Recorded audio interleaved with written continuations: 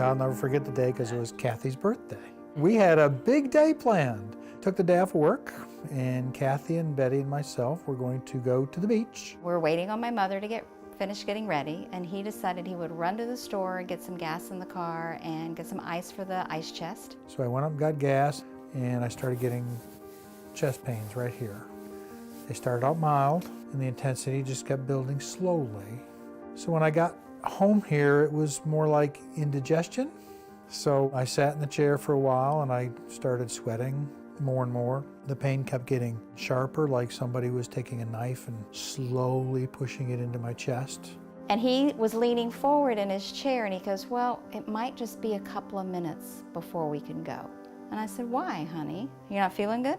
He goes, no, I'm not feeling too good. Mom ran and got baby aspirin, 4 baby aspirin, and made him chew those, and we took them. And I said, honey, you've got 5 minutes. If this isn't better in 5 minutes, we're going to the hospital.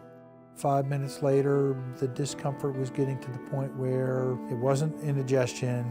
I said, we should call the ambulance. And he said, no, it'll be fine. So regrettably, we decided to drive. I wish that we had not, but we decided to drive. I got him in the car. I was going to go to the closest hospital, which is only about 2.5 miles from the house. And he said, no, we're going to Claremont. And she says, but it's further. And I says, I don't care. I'm going to Claremont. That's where I want to be.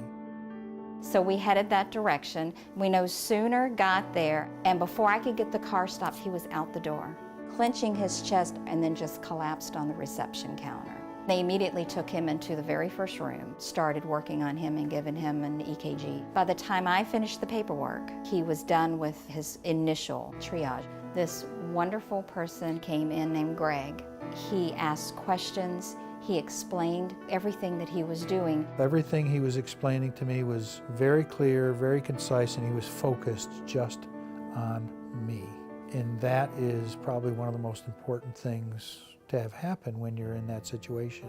The pain started lessening up to the point where I could communicate. They came back and said, you've had a heart attack. They actually decided to keep him overnight in the new CDU wing. My mother called it the can't decide unit.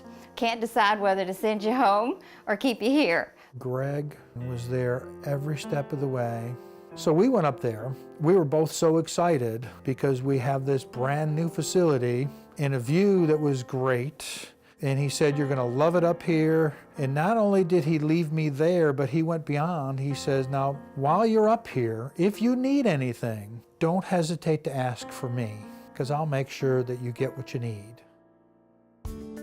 Every single person that came in and saw me had a specific task to do, but their task wasn't limited by walls. It wasn't limited by their scope. It was, are you doing okay?